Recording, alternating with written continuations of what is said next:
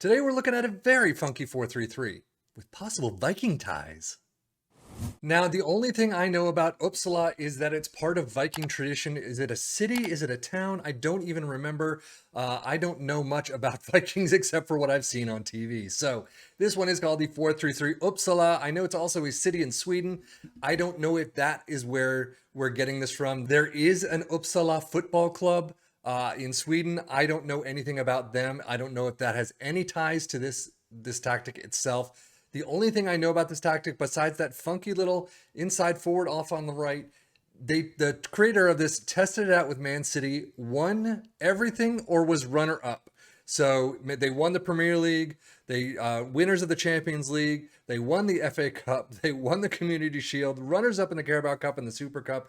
So they had a fantastic season. Of course, it's Man City, so they're going to, but I wanted to check out and see what it would do with our three teams of Liverpool and Aston Villa in the Premier League and our championship side of Ipswich Town. So with all that said, let's jump in the Premier League and see how they did. Well, Liverpool not getting to that 100-point mark, but they got first place. 97 points is phenomenal. Aston Villa with 81, that's pretty nice as well. 107 goals for to 83. Yeah, it looks like it's working pretty nicely so far.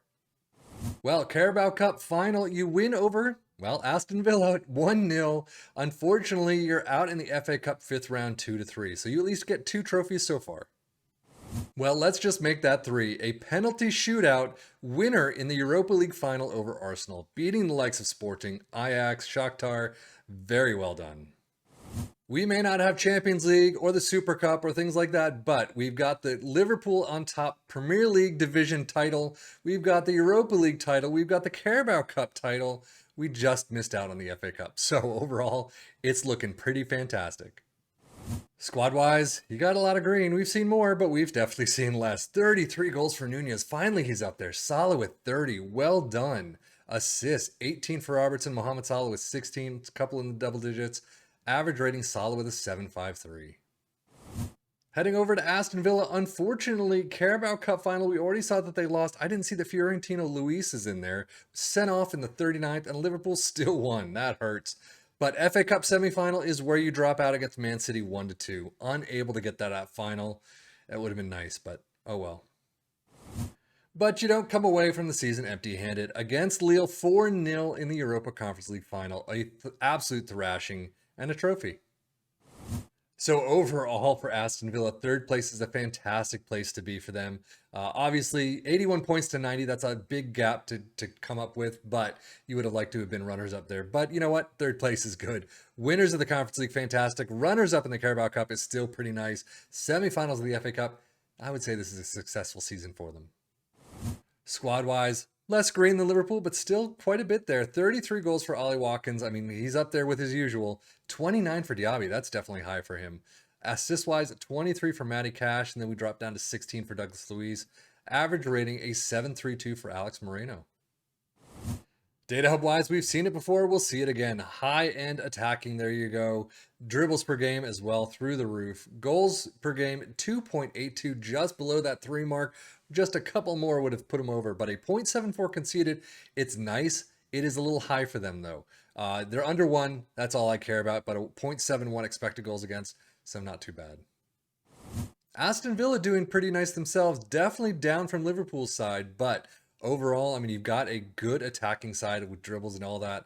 But goals per game, 2.18 with a flat 1 conceded. Expected goals against, 0.97. Premier League stats, a 2.55 points per game for Liverpool. Aston Villa, 2.13. We've definitely seen better, but still pretty nice. Most goals, Liverpool in first with 107. Aston Villa all the way in 4th with 83. Fewest shots against, Liverpool second with 22, and Aston Villa in 4th with 312. Most dribbles made, Liverpool in first with 861. Aston Villa in 4th, again, 712. Liverpool is actually in most tackles won with 870 this time around. And then most shots for Liverpool in first, clearly with 620, 548 for Aston Villa in 2nd. But now, how did our championship side of Ipswich Town do?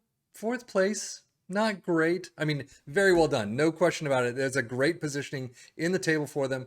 We have seen a lot of tactics that have worked better though. 80, at least in certain saves. 87 points. That's fine. That's pretty nice. 94 goals for, I mean, topping the league, it looks like. So overall, definitely looks nice, worked. But again, we've seen tactics in the saves that I've tried that work better. But again, if we did this one 5 different times, 10 different times, you could come up with so many different results. I'm happy with where they sat. Let's just finish with that. They did fairly well in the domestic cups, though. Carabao Cup 4th round 0-2 against Bournemouth, but you got to the quarterfinals of the FA Cup against Brighton 0-1. So overall in the championship, very well done. 4th place, definitely a good place to be. And this is where they dropped out in the semi-finals, 3-2 against Norwich. Friendly Cup, no. FA Cup, though, quarterfinals, pretty well done. 4th round in the Carabao Cup, it's expected. Player stats-wise, not a lot of green at all. Goals, 17 for Chaplin, only 15 for Hurst. He's starting a little bit more this time around. But assist, 28 for Leif Davis is phenomenal. And then average rating is 7.36 for, of course, Leif Davis. Championship level stats, 2.09 for Southampton. That seems pretty low. I don't know much about that, but 1.81 for Ipswich Town in 4th. I don't know, it just seems a little low for me. But most goals, 2nd for Ipswich Town, 95. Fewest shots against in 1st with 270. No possession. Most dribbles made, 903 in 2nd. None of those. Most shots for in 2nd also with 746.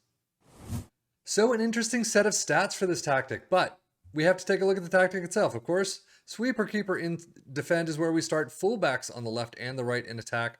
Ball playing defenders in the central spots. A regista in support next to a DM in support next to another regista in support. An inside forward in attack on the right with a pressing forward in attack, it's support, and then an advanced forward in attack. Balanced mentality, in possession, attacking with his narrow, approach plays pass into space, overlap on the right, but focus play through to the left and the right. Passing directness is shorter, tempo is higher, low crosses and run to defense. In transition, counter press, counter, distribute quickly and roll it out.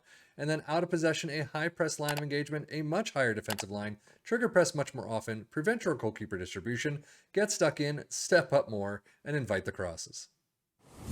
So overall, how did it do for our 3 teams? I mean, pretty nice. I went on a little tirade about Ipswich Town being in 4th place, but overall, 4th place is pretty nice. Their media prediction is around 10th, so rising up to that 4th level spot is not bad. You're not too far off 2nd place either, 4 points.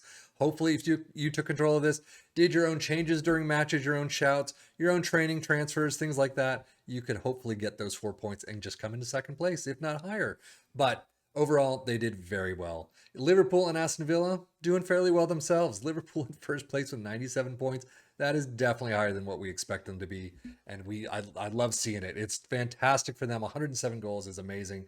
Aston Villa in 3rd is a great job as well. Definitely more than what they're expected in all these other tactic talks we've done.